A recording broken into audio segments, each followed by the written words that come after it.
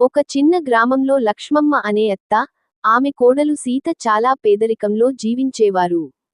సీత భర్త రాము రోజూ కూలి పనికి వెళ్లేవాడు. వచ్చిన సంపాదనతో కుటుంబ ఖర్చులు కూడా సరిగా నడవకపోయేవి. అయినప్పటికీ అత్త, కోడళ్ళు ఒకరినొకరు అర్థం చేసుకుంటూ, ప్రేమగా ఉండేవారు. ప్రతి ఉదయం లక్ష్మమ్మ ఇంటి పనులు చూసుకునేది. సీత పొలాలకు వెళ్లి కూలి పని చేసేది.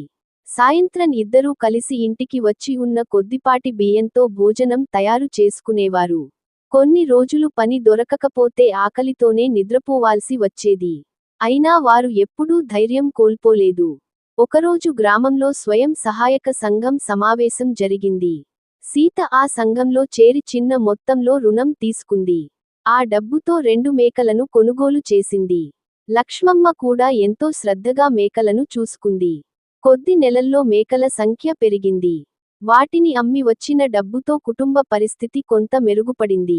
ఆ తర్వాత సీత ఇంట్లోనే చిన్న కిరాణా దుకాణం ప్రారంభించింది. గ్రామస్తులు ఆ దుకాణంలోనే సరుకులు కొనడం ప్రారంభించారు. రాము కూడా కష్టపడి పని చేస్తూ కుటుంబానికి అండగా నిలిచాడు. క్రమంగా వారి అప్పులు తీరాయి. పిల్లలను మంచి పాఠశాలలో చదివించే స్థితికి చేరుకున్నారు. లక్ష్మమ్మ ఎప్పుడూ సీతను తన కూతురిలా చూసుకుంది. సీత కూడా అత్తను తల్లిలా గౌరవించింది. వారి ఐక్యత, పరస్పర నమ్మకం, కష్టపడే తత్వం వల్ల పేదరికాన్ని నెమ్మదిగా జయించగలిగారు.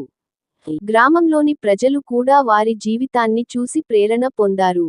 నీతి: పేదరికం ఎంత కష్టమైనదైనా, కుటుంబ సభ్యులు ఐక్యంగా ఉండి కష్టపడి పనిచేస్తే ఏ సమస్యనైనా అధిగమించవచ్చు.